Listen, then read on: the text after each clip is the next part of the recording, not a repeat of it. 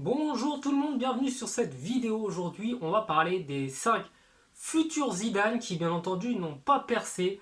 Donc, on va revenir sur les mecs qu'on attendait comme étant les sauveurs de l'équipe de France. Alors, le premier, c'est bien entendu Yoann Gourcuff, professionnel à partir de 2003 à l'âge de 17 ans.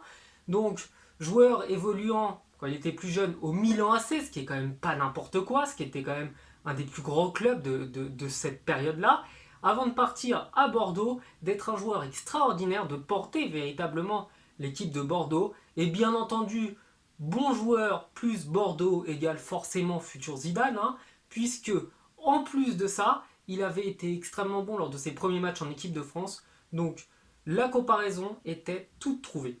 Sauf que manque de bol pour lui, il va partir en 2010 à l'Olympique Lyonnais, donc qui est un très bon club français, mais il ne va pas arrêter de se blesser. Tous les 2 mois, il va avoir une blessure pour une raison X ou Y. Il s'est même blessé lors des derniers moments en promenant son chien. Parfois, il sortait du terrain délibérément sans aucune raison et on apprenait qu'il avait une blessure imaginaire pour au moins 2 mois. Donc, Yoann Gourcuff était blessé sûrement dans son cerveau. Il y avait peut-être un petit souci de connexion là-dedans.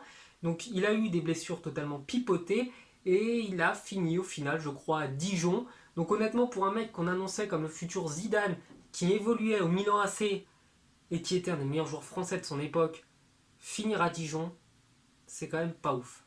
Ensuite, on va parler de Marvin Martin. Donc lui, en 2011, après le scandale de Knissa, l'équipe de France avait absolument besoin de refaire son effectif pour espérer faire quelque chose dans les années qui venaient. Et elle pensait avoir trouvé en Marvin Martin la bonne personne.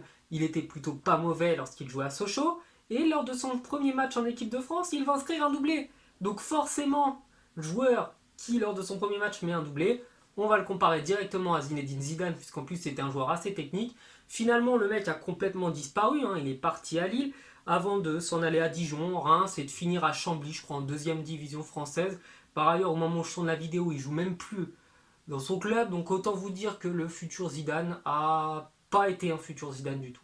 Le troisième, c'est bien entendu Samir Nasri. Donc lui, voilà, je pense qu'on n'a plus besoin de présenter un petit peu le parcours. Il fait partie de cette génération un peu maudite de 87, donc avec Ben Arfa, avec Menez, avec Benzema, etc. Donc lui faisait partie des meilleurs joueurs de sa génération. C'était un joueur hors pair, un joueur très talentueux, donc qui a fait de bonnes prestations à l'Olympique de Marseille avant d'être transféré à Arsenal. Finalement, il va s'en aller à Manchester City. Des blessures vont l'écarter des terrains pendant un moment. Entre-temps, en équipe de France, il va insulter un journaliste et va se faire remarquer pour un mauvais comportement, tiens, comme de par hasard Benzema également. Et le pauvre garçon va finir en Belgique. Donc c'est un championnat tout à fait honorable, la Belgique, je dis pas. Mais quand on vous annonçait comme un des plus grands joueurs de votre génération, et c'était un des plus grands joueurs de cette génération, honnêtement, finir dans le championnat belge, c'est quand même très décevant. Puisque j'ai parlé de la génération 87, on va parler de Jérémy Ménez. Donc Jérémy Ménez, tout comme Marvin Martin, a joué à Sochaux, bon lui un petit peu avant, puisque c'était en 2004. Il faisait partie de ces joueurs très nonchalants, déjà à l'époque, et c'est comme ça qu'il s'était fait remarquer. Ménez, pour la petite anecdote, il est passé pro, parce que lors d'un match de l'équipe réserve, donc les U16, je crois de l'époque, U16 ou U17 de Sochaux, il y avait eu un match d'entraînement pour savoir qui étaient les 2 meilleurs joueurs de l'effectif qui pourraient potentiellement signer pro. Et Jérémy Ménez a fait preuve, comme d'habitude, d'une nonchalance déconcertante. Et sauf que ça a eu l'effet inverse. Pour une fois, ça a bien tourné pour lui. Et ça a percuté dans l'œil de la personne en charge de le superviser. Donc il s'est dit, si ce jeune-là est extrêmement nonchalant et ne se sent pas concerné par ce qui se passe, c'est probablement qu'il est fort. Donc il l'a fait monter lui en première équipe, puisqu'il était quand même bon. Et au final, ça s'est avéré judicieux, puisque Jérémy Ménez, à l'âge seulement de 17 ans, du coup, va signer son premier contrat professionnel avec Sochaux, et va même inscrire un doublé à 17 ans extrêmement rapidement, je crois en un quart d'heure, ce qui va faire de lui non seulement un des triplés les plus rapides de l'histoire de Ligue 1, mais également le triplé le plus jeune de l'histoire de Ligue 1. Les Qataris sont intéressés par son profil puisque c'est un bon joueur français.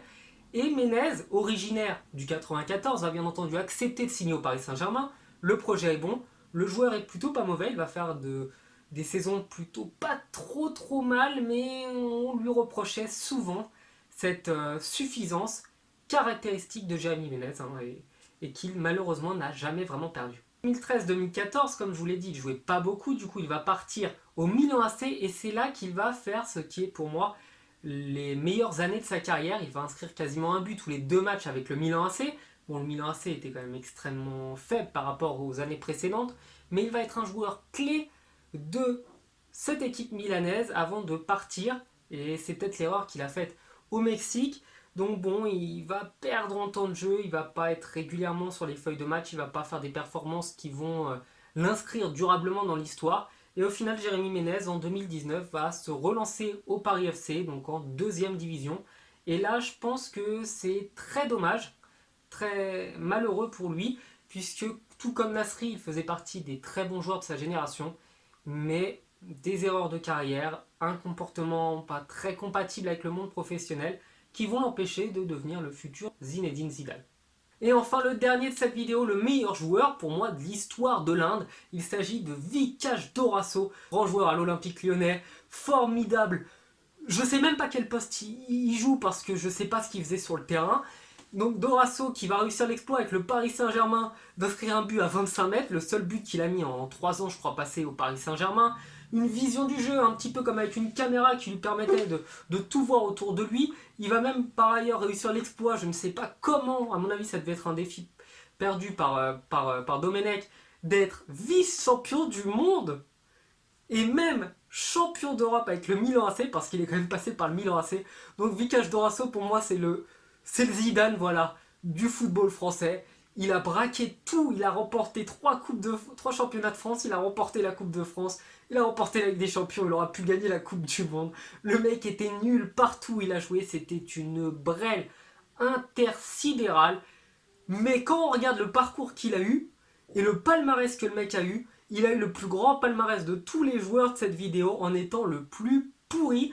Donc bien entendu c'est une blague, hein, je voulais juste rappeler Vikash Dorasso qui pour moi était incroyable. Il y a 3 joueurs comme ça qui m'ont marqué dans ma vie. Il y a eu Corridon, il y a eu Pichot et il y a eu Dorasso. Et honnêtement, réussir au Paris Saint-Germain à réunir ces 3 quiches en l'espace de 3 ans, c'était magnifique.